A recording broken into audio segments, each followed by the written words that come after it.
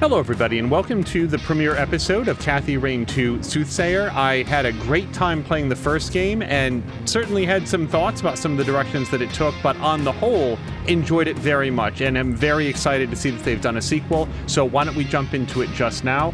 Now, as we jump into new game, I've gone this far, and it turns out that there's a little bit of a recap of the first game. The first entire adventure is available on the YouTube channel in its entirety into a nice playlist, so if you'd like to watch it unfold, I definitely recommend doing that. But with that, why don't we just sort of refresh ourselves by watching the recap?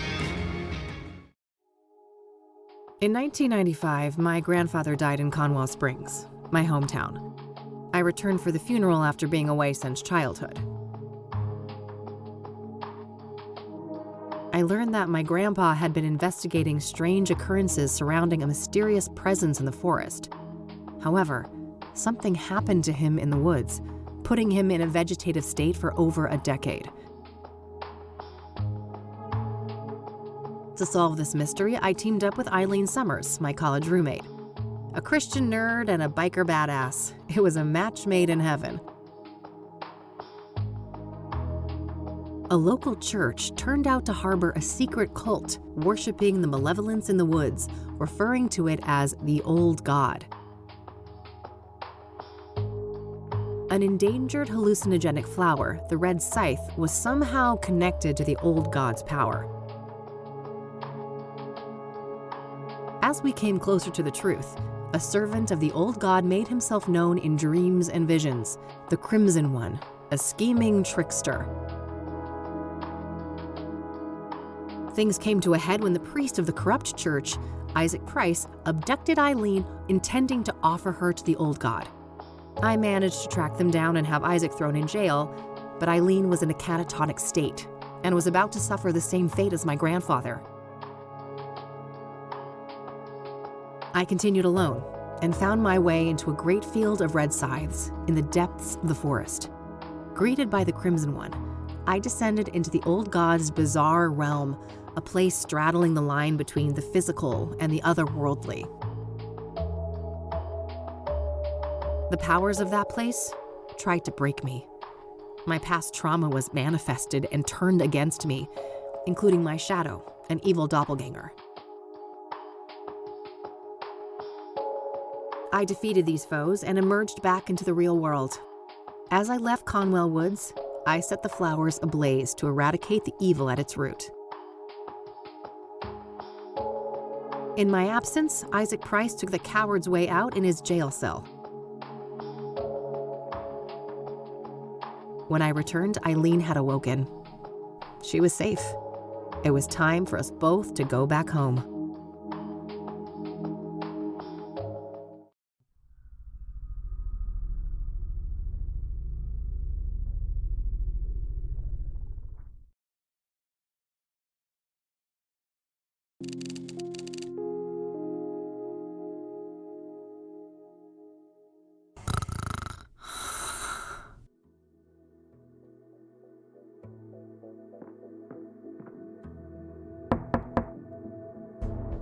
We're closed. For fuck's sake.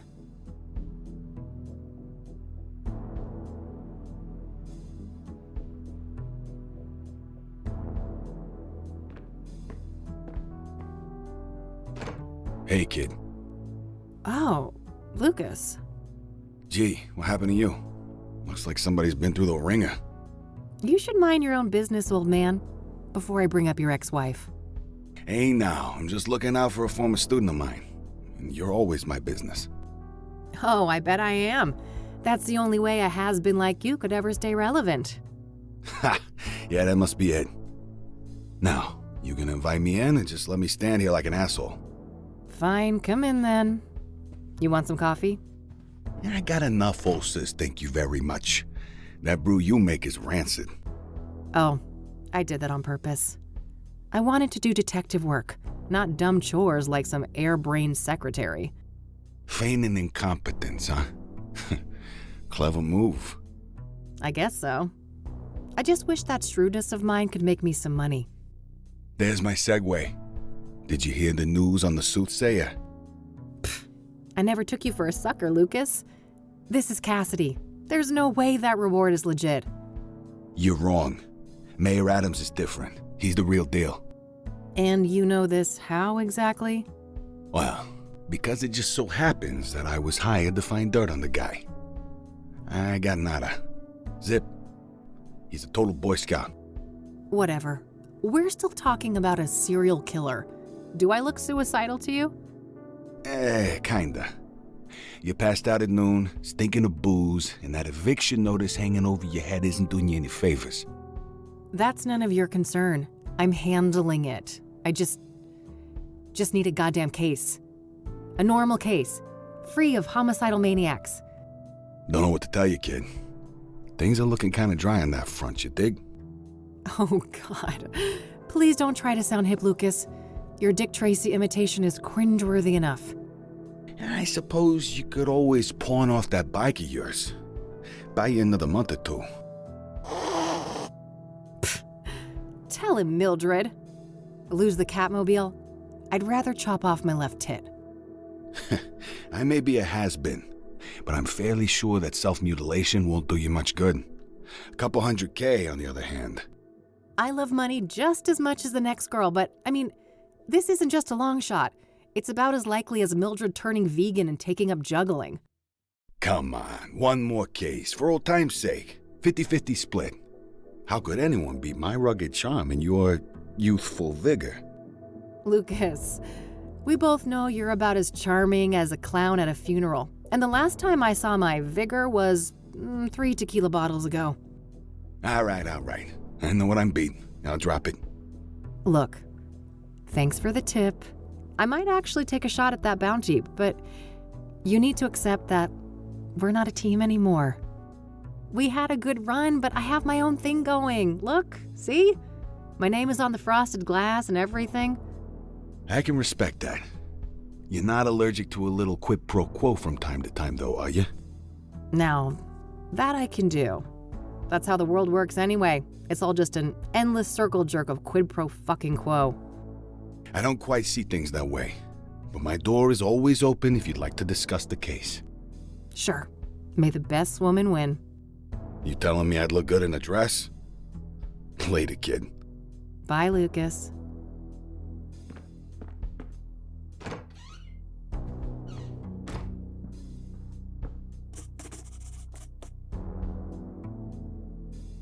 Well, it's not like I have anything better to do. I should have information on the soothsayer somewhere in this room. All right, let me just start by looking at our tasks. Oops, hold on. How do you... So tab does this. Here we go. Kassidy's first and only serial killer. The only thing standing between me and a massive payday. Okay, we don't know anybody's phone number. Find info on the soothsayer. I just want to see if she says something. I should look around the office for information about the soothsayer. Got it. And it's probably not this stun gun, Zippo lighter, or lockpicks, but it's good to know that we have those in our pocket. Various reference books and technical manuals. My biggest fan, as depressing as that is. The city we're in, unfortunately. An article in the Chicago Tribune about the Whitmore affair. My big breakthrough case last year. I've been meaning to get it framed, but I've been too busy with important things. You know, like drinking alone. Yeah, no apologies for clicking on everything in the whole world, because this is how we learn what the world is about. Thanks for the headache, you Mexican jerk. Yeah. Maybe there's something about the killings in these papers.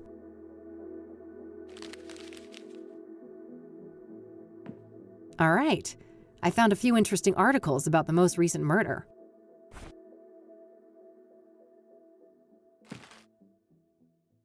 Okay, so there's a post at Mark Deborah. Soothsayer targets best-selling author, Kassidy's serial killer hits high-profile victim.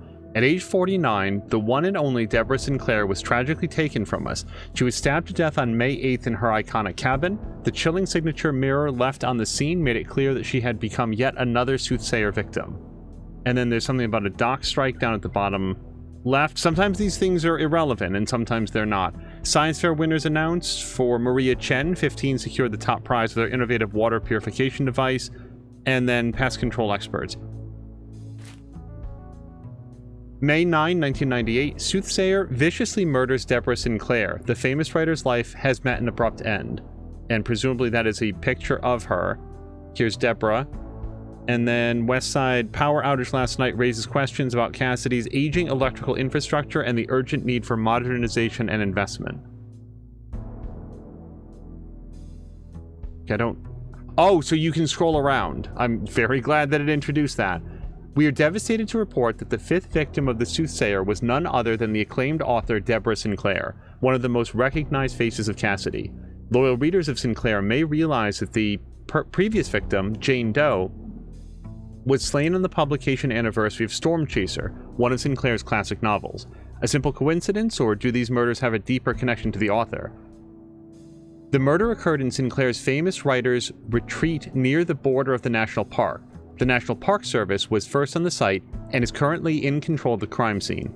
As the NPS lacks the necessary training and resources to conduct murder investigations, we should expect that the crime scene will soon be handed over to the Soothsayer Task Force at the KPD. For now, the body has been transported to a city morgue, awaiting clearance for a pathological examination. Chief Ranger Samuel Walker had the following comment: "We are still establishing all of the facts surrounding this crime. Please be patient. We all want to do right by Deborah." Deborah Sinclair was a longtime friend of the Gazette and led a prolific life with more than 30 novels published during her lifetime. On this sad day, we mourn the loss of a cultural icon, and we pray that her death will be the last at the hands of the vile soothsayer. And there's something about a Founders Square defacement, anarchist propaganda sprayed across its base, the ever-growing sprawl, Kassidy's equivalent of Los Angeles' infamous Skid Row.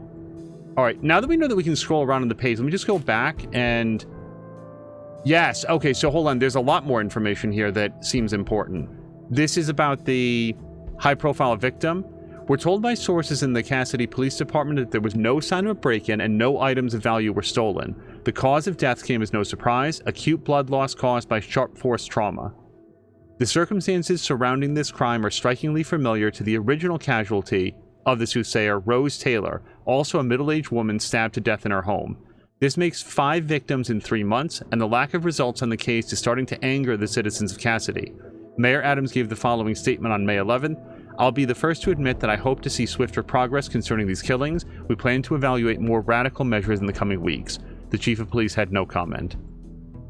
And then the final Kassidy mine has closed. If the city of Gleam will be able to find a new identity and fill the void that its most lucrative industry left behind. All right. All right, I think that's everything I've got on Deborah in here. When I'm ready to leave, I should be able to learn more about the other victims at the library.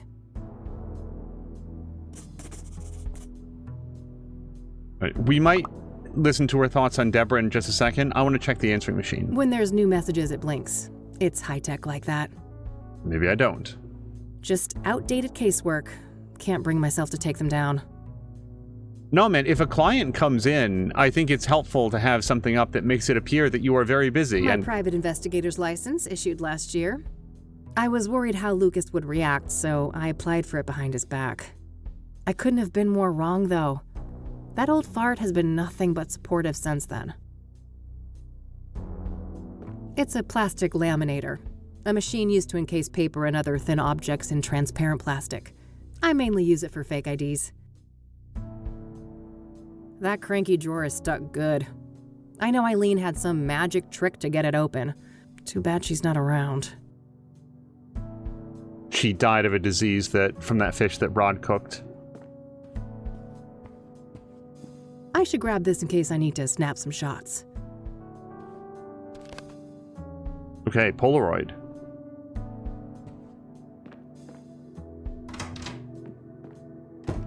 I honestly thought she was just going to comment on this. Hold on, let's come back to living area in just a second.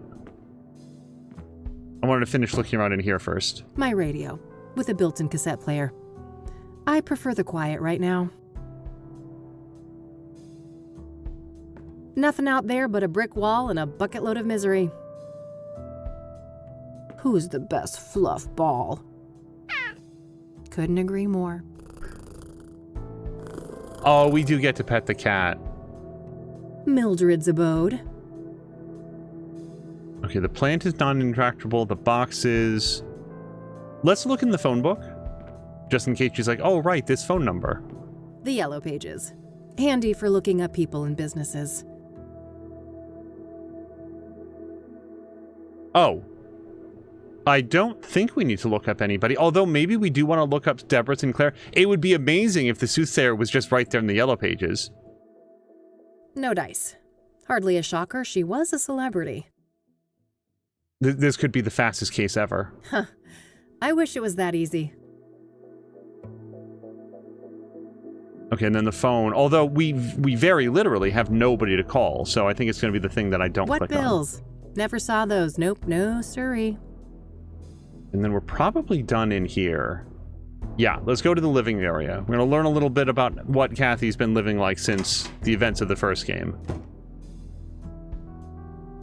Every biker worth her salt has got a box like this somewhere. Wait, okay, that's just junk box. Extra helmets. Eileen used to wear one of them well, back when things were different. Useful things for when the Catmobile needs a tune-up.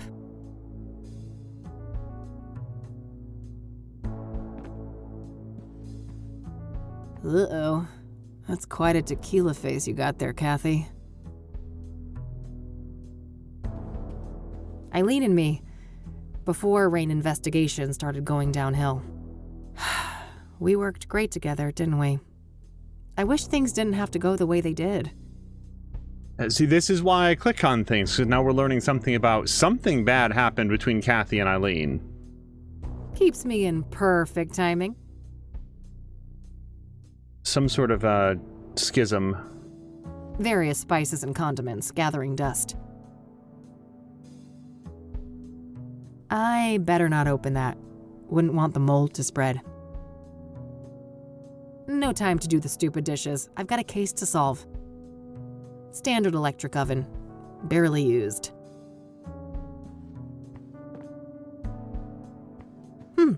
This might be useful. What do you want to bet that we dust for prints at some point using that? Nah, I'll live with my current face.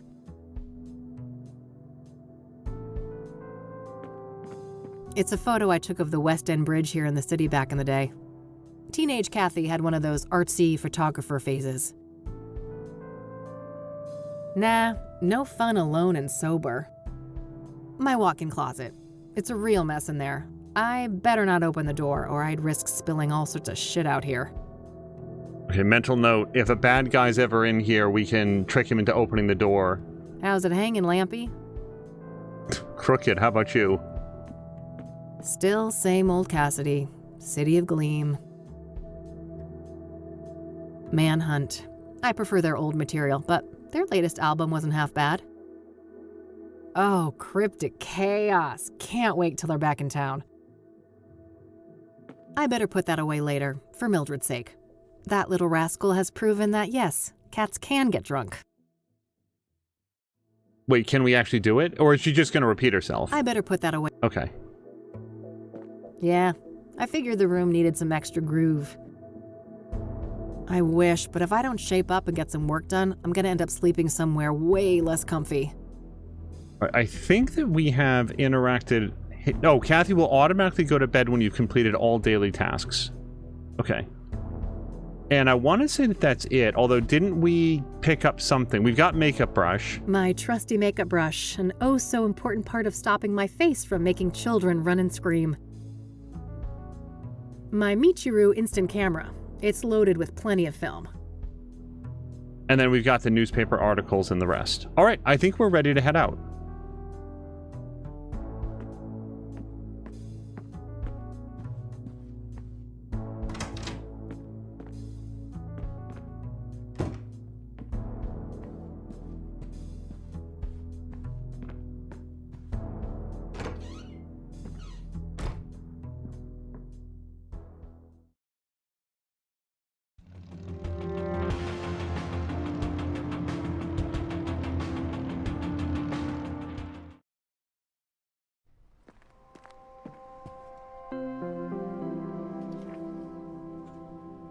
Oh, interesting. Okay, so you can highlight everything in the environment. No thanks. Ballet is not my kind of scene. Nah, I got one at home. I like these little motes of dust that are floating in front of the window. That an actual avocado tree? Sure looks the part. So apparently if there's a fire, I'm supposed to run through those gigantic double doors 10 feet away. Phew, I'm saved. A plaque with some prominent donors. Interestingly, Deborah Sinclair is listed here. Authors love books, unless they love AI.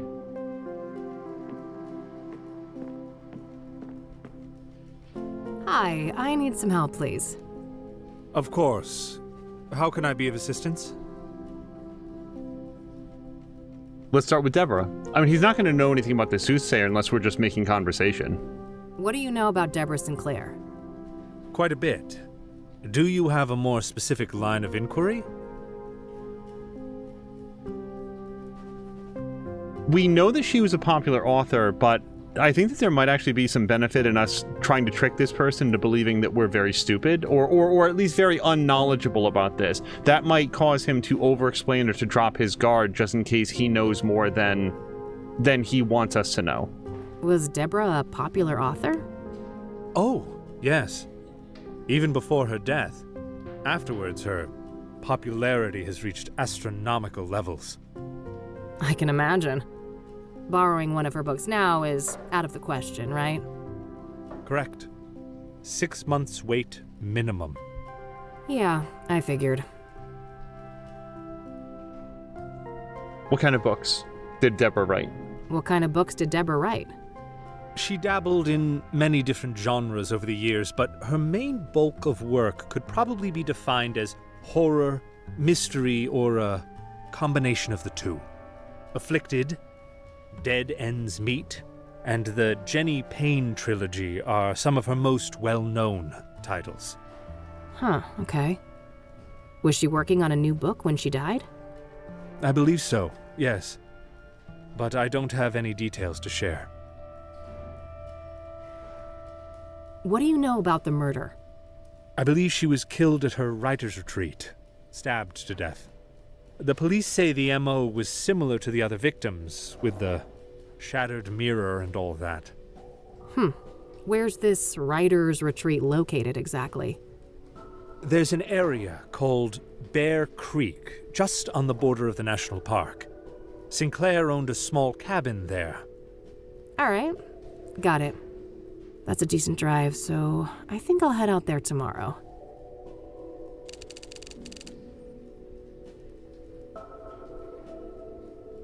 What do you know about Deborah's private life? She had quite an interesting life. Adopted as a child, and her adoptive father, Sebastian Willis Sinclair, was an accomplished author in his own right. Deborah's birth mother was a young homeless woman, and her father was a Native American. Deborah spent much of her life trying to track down her biological father, unsuccessfully.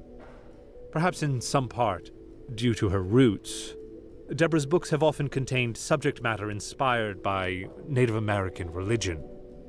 She was childless and unmarried when she passed away.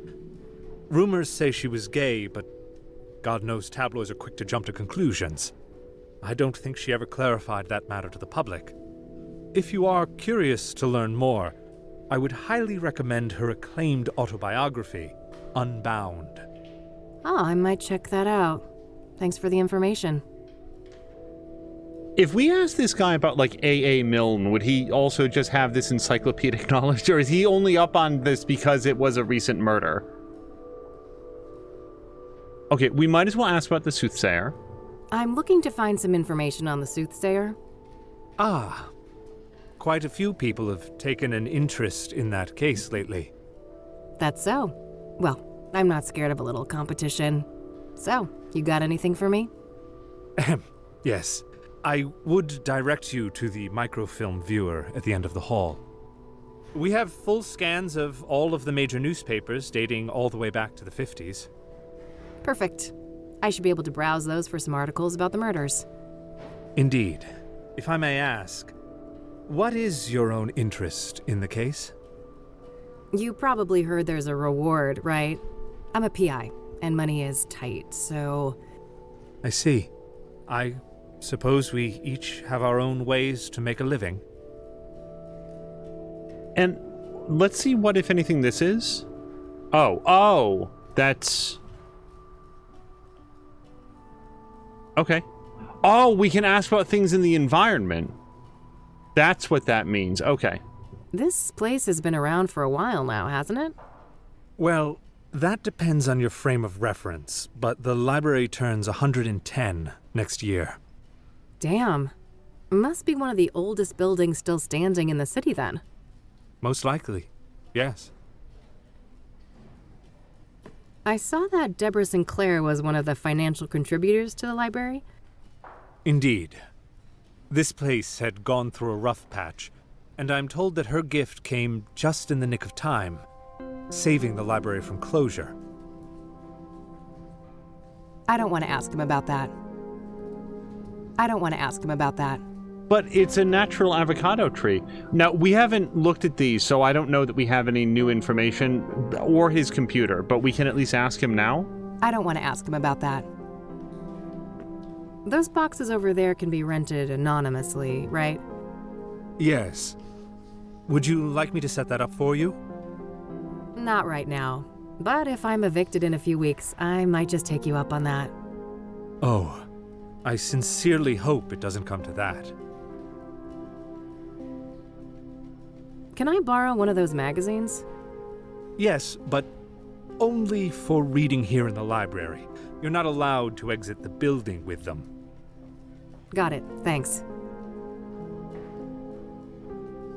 All right, and we cannot scroll left and right, so I think that we've talked to this man about everything we can think of. I guess I could show him these newspaper articles, maybe. I don't see a reason to show him those. I'm sure he knows more about Deborah Sinclair than me. This man knows more about Deborah Sinclair than Deborah Sinclair did.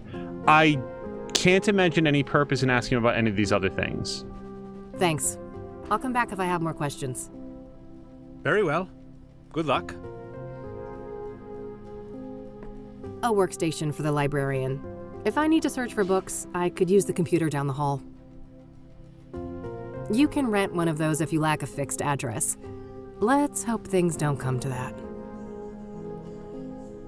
All right, that's everything in this environment. A bunch of magazines. Mostly celebrity gossip, it looks like.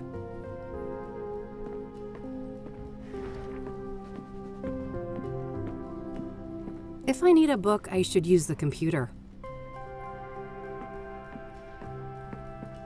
That's the bookshelf, right? Some local hero from the Civil War, I think? Well, either that or Beethoven. That guy gets around.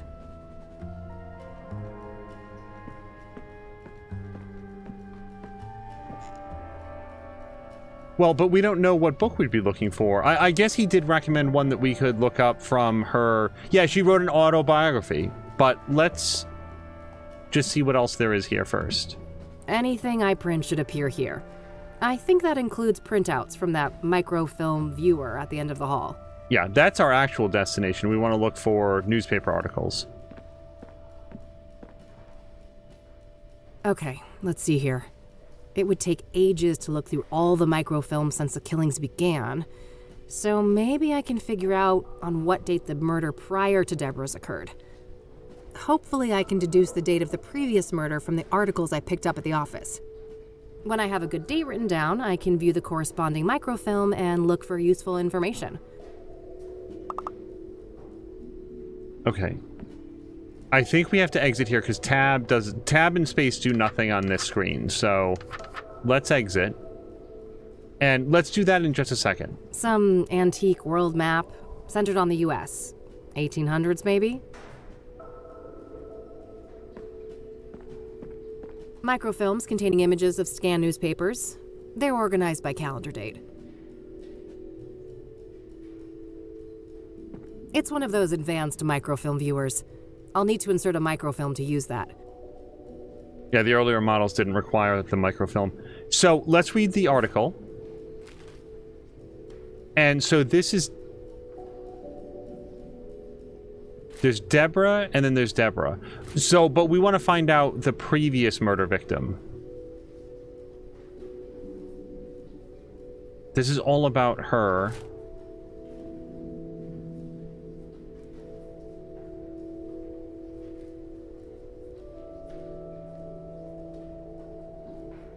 This is the 5th victim. Previous victim, Jane Doe, was slain on the publication anniversary of Storm Chaser, one of Sinclair's classic novels. So we need to find out the date that Storm Chaser was published. Oops.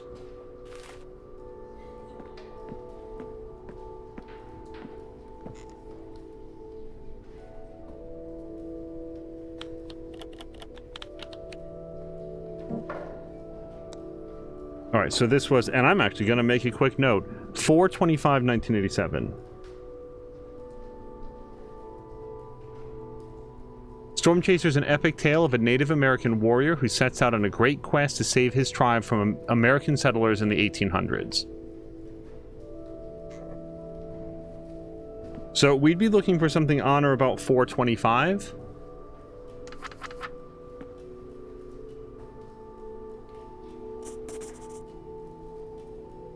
All right, I've got a date written down. I can use that to find the corresponding microfilm.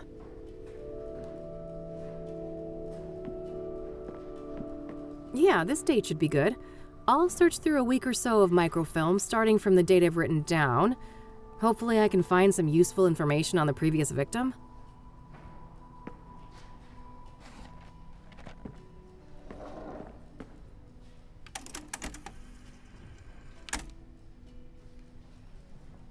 Yes, there we go. I'll have these printed.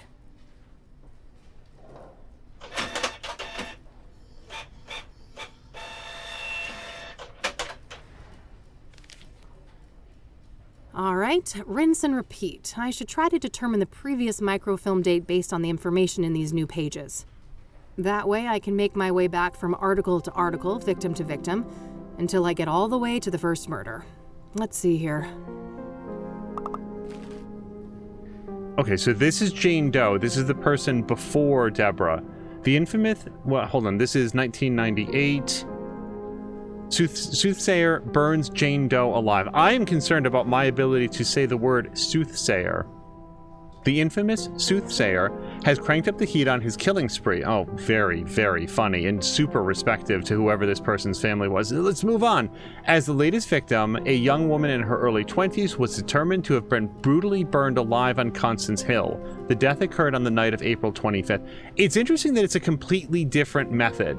Like, I'm sure that as we read this through, we're going to find out information about a broken mirror, since that appears to be a calling card, but one woman was stabbed to death, and then this one was burned alive. Due to the state of the remains, Jane Doe's identity has been difficult to ascertain. Despite indications, wow, I'm so sorry. Despite indications of dental work on the corpse, there were no matching dental records anywhere in the city, leading police to believe that the woman was not a local. The lack of a struggle could mean that the victim was incapacitated, but the condition of the body gives little clarity on that matter.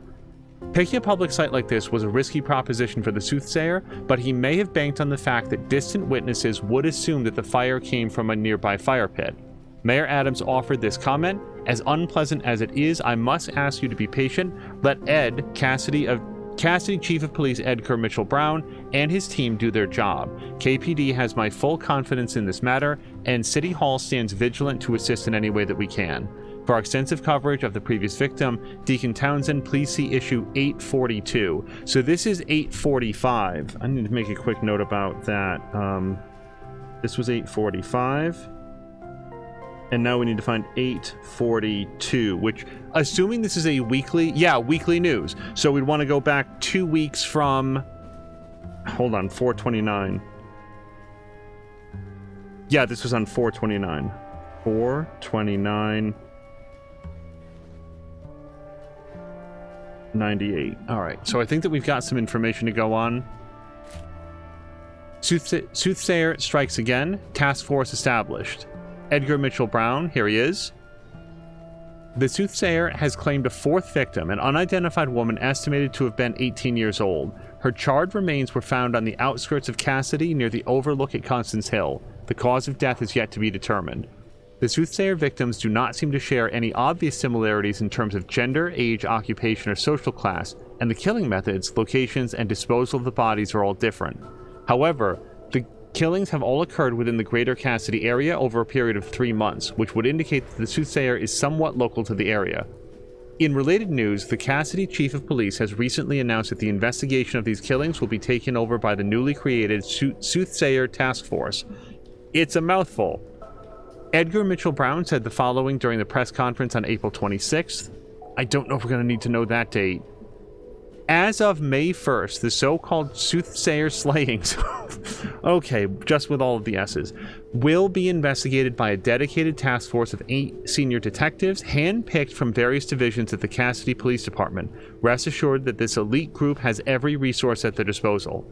When asked whether or not the FBI would be involved, Mitchell Brown replied, "There is no federal jurisdiction in this case. I have no further comment." We'll take it. The Gazette has frequently criticized the Kassidy Police Department for their errors in the past, but credit where credit is due. This is a step in the right direction. And I'm not feeling like the side information is as important. So we want to find something 3 weeks prior to 4/29. And I'm not going to get too distracted by the April 26th. Let's maybe sort of remember that that was a thing.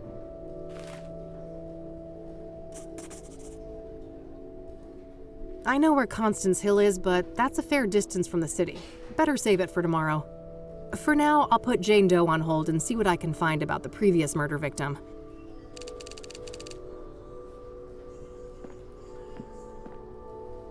All right, so this person, we're looking for 4/29, which is here.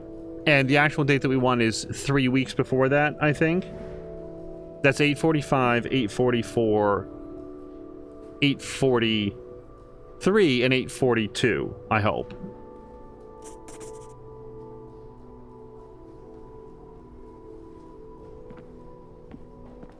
Yes, this should be the right date.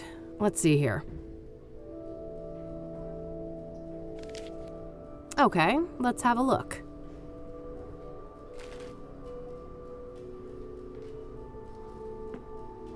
Alright, soothsayer stages suicide of prolific deacon. We're sad to report that a third member of our community has been taken out by the so-called soothsayer, who appears to be Kassidy's first serial killer. The victim's name was Benedict Townsend, age 51. Our sources say that his death occurred on April 3rd, and that Townsend was likely murdered in a staged suicide by hanging. Townsend served as deacon of the King of Kings Catholic Church, an old congregation dating back to the early 1900s. He was a beloved figure in the community, well known for his voluntary work. Volunteer work, I would think. Reverend Hugh Winters, the pastor for the King of Kings, had the following to say: "My heart aches for Ben's soul and everything he had left to give to the world, but I take some comfort in the fact that he is with the Lord now. And for the person or persons who did this to my friend, know that there will be a reckoning. Murder is a sin most vile, and God sees all." The King of Kings remains open as the crime occurred in the adjacent rectory building. However, the rectory will remain under lock and key until properly consecrated. Over reviving the Lone Star, Western-themed amusement park. I don't think that's super relevant, the Lone Star. Soothsayer linked to 3 murders, serial killer on the loose, 3 killings in 2 months. Hold on, let's just make a note about 2 months. I need more space. I wasn't expecting to do quite this much note-taking, and that's silly on my part. It's a detective game. 2 months. Deacon Benedict Townsend, age 51, was found dead early on April 4th in the rectory of the King of Kings Catholic Church. The cause of death was determined to be hanging, but suicide has been ruled out by the KPD. An anonymous police source had the following to say: "Somebody else was involved. The positioning of the body and other logistics don't add up if he was alone." This scenario is eerily similar to that of Eric Holloway, the postman who met his demise on that ominous full moon night last month. Okay, so hold on. Eric Holloway. And then he was on a full moon. And that'd be March, is that right? Are we still in April? Yes. Full moon, March. Hopefully there was only the one. I think there's only 30 days in March. 30 days... Yeah, I think it's 31, actually. This scenario. Okay, we read that. Ominous full moon. His death was initially treated as a suicide, but later revised to homicide. Now, the Gazette brings you the exclusive scoop. Both of these killings, as well as the brutal stabbing of Nurse Rose Taylor back in February, that's going to be important. Hold on. Rose Taylor, February, are linked by an object left at the scene, a shattered obsidian mirror, colloquially referred to as a scrying mirror. These mirrors have been used since ancient times to see the future or communicate with the spirit world. Does the soothsayer responsible for these murders have a religious motive? Our source continues, it's a signature. This killer is no hack. He hasn't left any other forensic evidence he hasn't left any other forensic evidence that can be traced back to him, so the mirror has to be deliberate. Townsend was a well-liked figure in the community, known for his charity work, and a longtime member of the church. Kassidy Chief of Police Edgar Mitchell Brown gave the following comment: "We are not classifying these homicides as serial offenses at this time, but trust that we have our finest on the case. We urge our readers to demand that Mitchell Brown recognizes that the citizens of Kassidy have been cursed with our first serial killer in recorded history."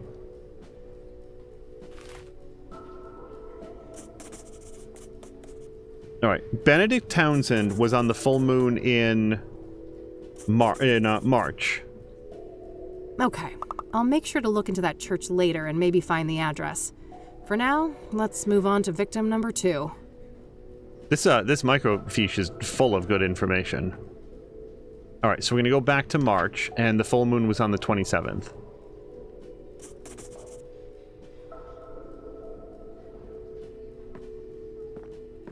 I'm on the right track with this date, but I think I've got the full moon and the new moon confused. Oh, did I?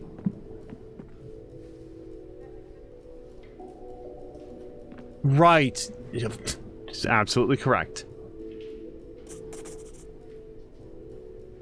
This would be completely dark. This would be completely full. Yes, this should be the right date. Let's see here.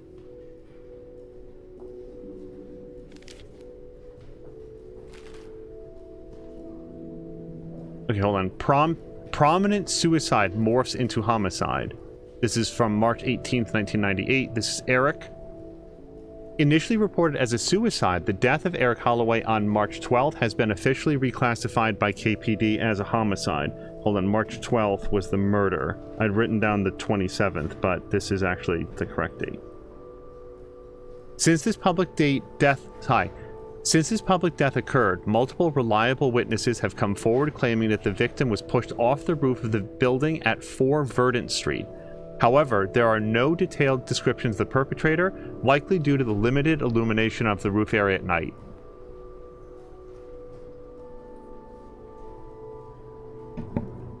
Holloway led a quiet and simple life, working as a mailman for the city, and is said to have been well liked by his peers. However, there are unverified reports of mental health problems relating to the death of his fiancée last year.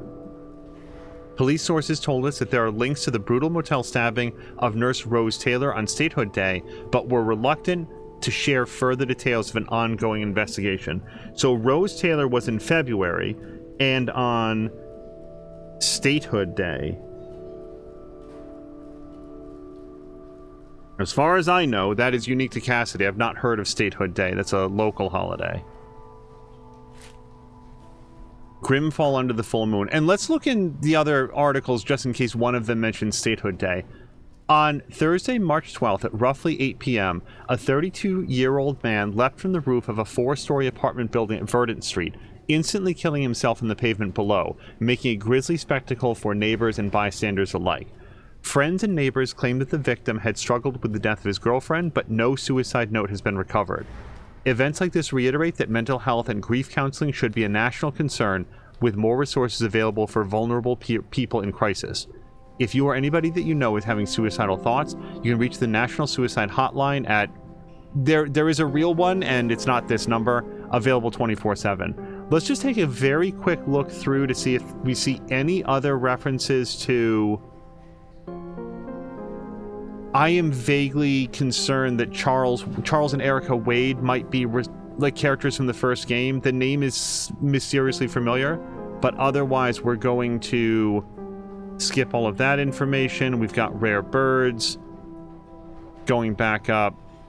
It might... Oh, you know what? It's going to be marked on the calendar, because the calendar does mark holidays. Eric's address isn't too far away, but I should learn all I can here before I visit any of the crime scenes. Coming up last, the very first victim of the soothsayer. Yeah, no, why would we leave? We're going to solve the whole crime just sitting in this stool. So we want to go to February and Statehood Day.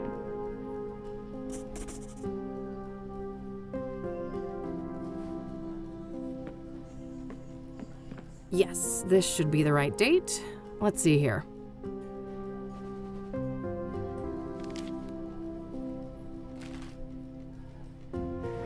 I've never made like a murder planner on how rapidly I would want to kill multiple people or at all, but this feels like a lot of people to have murdered in what feels like the scope of just a couple months.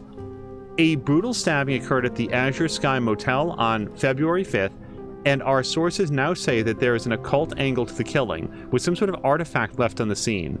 The husband of the victim was briefly detained but released a day later. Law enforcement claims that he remains a person of interest, however, and confirmed that the cause of death was multiple stab wounds to the chest. They think it might have been a Satanist, and then there's a whole bunch of other information here that we will look through maybe later if it's relevant.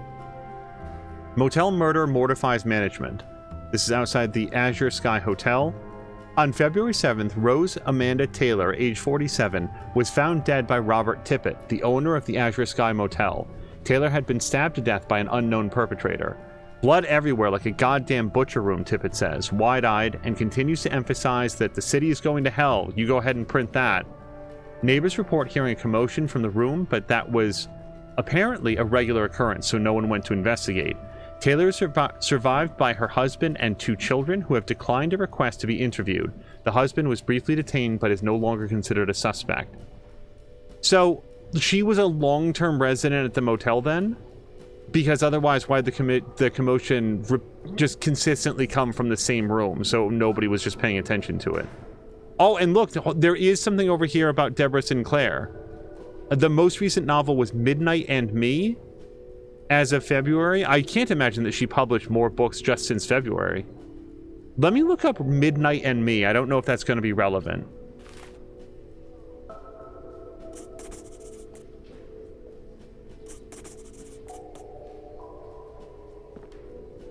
All right, that should be everything on the microfilms. I think I'll continue to focus on gathering information today and then head to each of the murder sites tomorrow.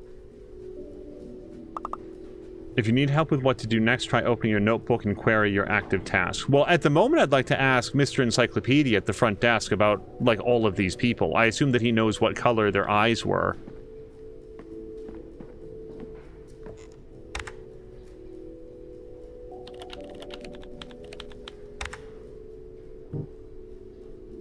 Really?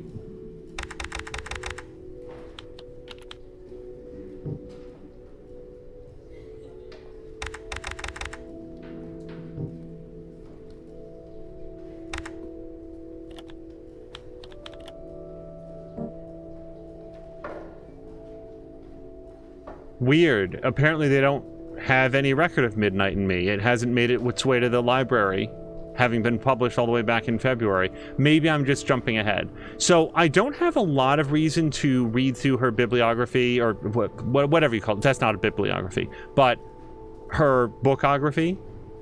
Bibliography is a list of sources. Let's go talk with the front desk guy.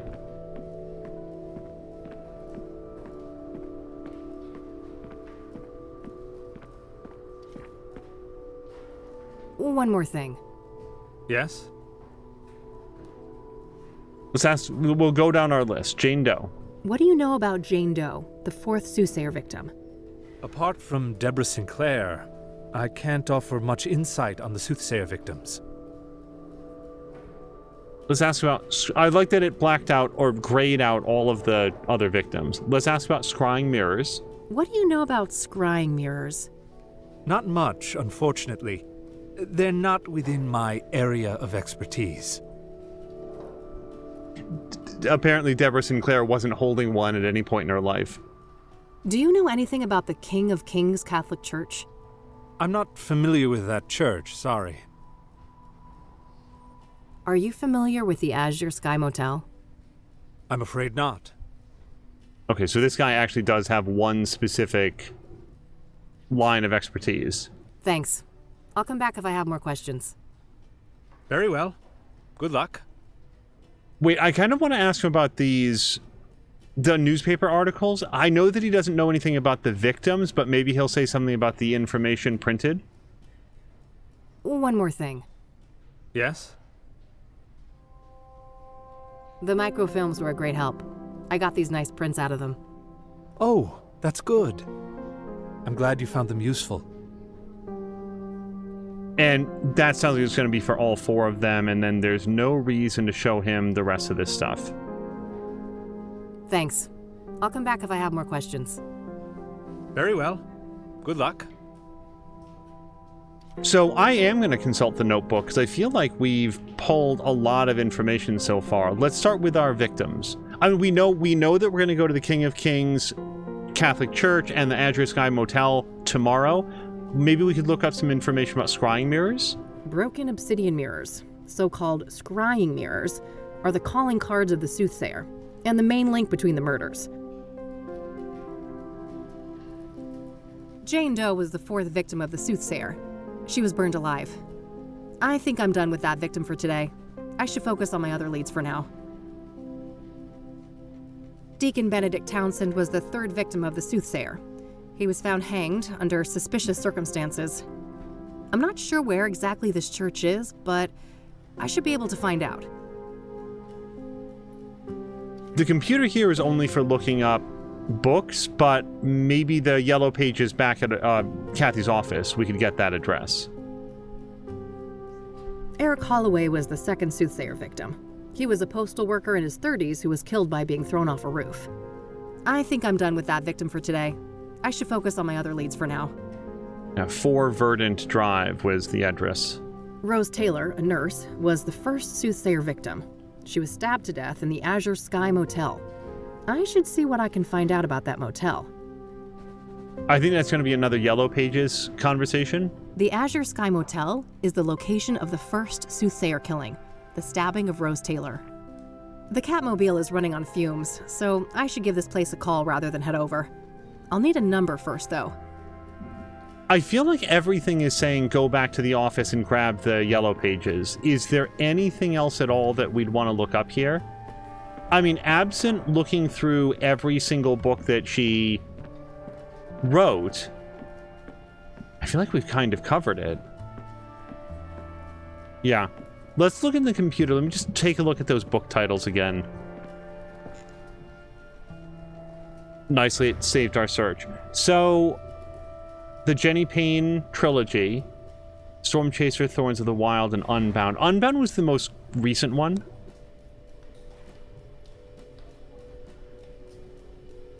See, I don't know if that's August 4th or April 10th. I don't yet know how this game does dates. For me, I would read that as October 4th, 1996. So wait, was that her most recent book? Yeah. Okay. That's why Midnight and Me or whatever doesn't come up, because we don't have that yet. That was in 1998. Long-awaited autobiography outlines the author's tumultuous life and rise to worldwide prominence. The book takes the form of a series of interviews by Sinclair's longtime friend and colleague, Stephen Collins.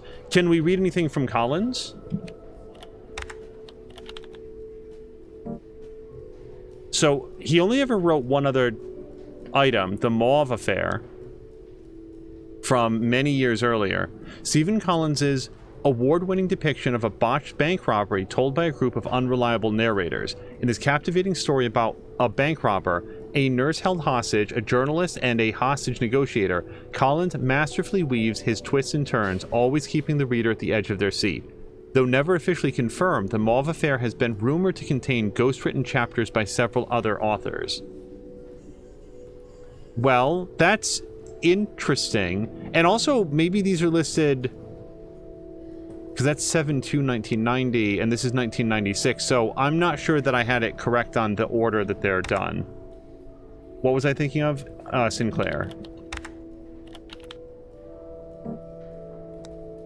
That's 1991, 95, 1980. Yeah, so they're not listed chronologically. I don't know why I thought that they might have been. However, instead of reading through each one of these, I think that we have the information to move ahead.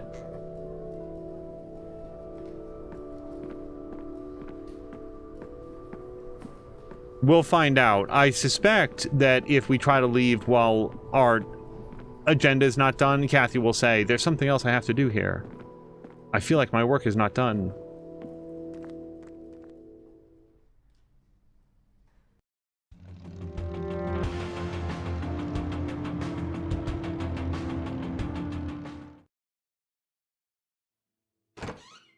I really like that this kicked off with follow these clues. All right, phone book. Let's start with King of Kings Cathedral. Great. I've got the address to the church. I'll head over there tomorrow.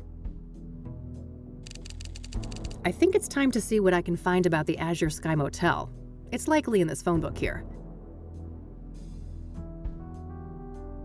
Got the number. I'll call first and see if a visit makes sense. God knows I have to be careful with those last drops of gas left in the bike.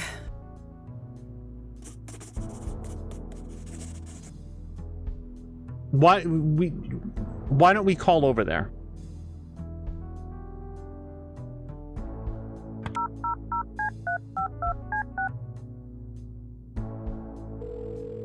Thank you for calling the Azure Sky Motel, your oasis in Kassidy. How may I help you? Hi there. This is Kathy Rain from Rain Investigations. I have some questions. All right, then. Let's ask for general information about the motel first. What can you tell me about your motel? The Azure Sky is a long-time family business. We've been serving tenants faithfully for over 40 years now. Oh, wow, quite a while. So, how many tenants do you have? We don't keep records of the number of tenants, but we have 50 rooms of varied sizes. We're about 3/4 full, but expecting to be fully booked during tourist season in the summer. Wait, tourists actually come to Kassidy? Somebody deserves a raise for one hell of a marketing campaign. No patriot of the community, huh? That's a shame.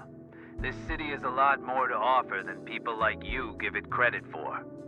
To each their own, I guess. So, I hear that one of your tenants was murdered back in February? Rose Taylor. No shit. Here I thought the boys in blue ransacked this whole place just for shits and giggles. That happens more often than you'd think. Come on, man. Help a girl out. Sorry for the attitude, but you know you're the umpteenth person to ask about that, right? I get that, so how about we stick with the short version? Fine. No, I don't know anything that isn't in the papers. No, you can't see the room. It's rented out. And even if you did go in there, there's nothing that the cops or cleaners haven't removed since friggin' February. Understood. So what about the next of kin? She had a husband, right? Yeah, he came by later to pick up the personal effects. I just met the guy for a few minutes. Did you catch his name? I did, but I don't think he'd appreciate me giving out his name to some random lady on the phone. No offense. I am a bit offended, actually. I'm not some random lady. I'm a licensed private investigator and a renowned one at that. Ever hear of the Whitmore affair? That does sound familiar. Well, that was me. Now, here's a friendly piece of advice. Choose the path of least resistance. I can be a much bigger pain in the ass than this Mr. Taylor, believe me. All right, fine. It's Orson. Orson Taylor. That wasn't so hard, was it? Thanks, buddy. Appreciate it. We're gonna have to get his phone number. Let's ask just in case there's any more information. It doesn't sound like we're gonna get more on this topic. What can you tell me about Orson Taylor, Rose's husband? Nothing much. Like I said, I only saw the guy once, a week or so after the murder. Okay, how do you seem? Like you'd expect. Messed up. Couple of kids, too. Breaks my heart, truth be told. So, if Rose was married and had 2 children, what was she doing in your motel? Now that's the million-dollar question, ain't it? You'll get no answer from me. Even if I could keep track of all of our tenants, I don't make a habit of sticking my nose in their personal affairs. Huh. Was she a regular then? Not really, just a couple of bookings in January and February. Look, I think I've said enough. Any other questions? We need to wrap this up. I've got calls on the other line. I just can't imagine that is. But then again, I didn't think we were going to get anything on the last question. Do you know anything about scrying mirrors? Only that our psycho killer enjoys breaking them around his victims, but I have no interest in understanding a nut like that. What do you know about the soothsayer? I know more than I'd like to. I could have gone without a close view of his handiwork, that's for sure. I can imagine. A brutal stabbing, I take it? No offense, but I'd rather not go over that again. It's all in the papers, if you're so dead set on getting all the gory details. I think that's everything. We could ask him about things in my own office, but... That's all, thanks. You're welcome. Have a great day now. So I think we're going to call it there for part 1 of Kathy Rain. This has been a great start, and we will see you again in the next one.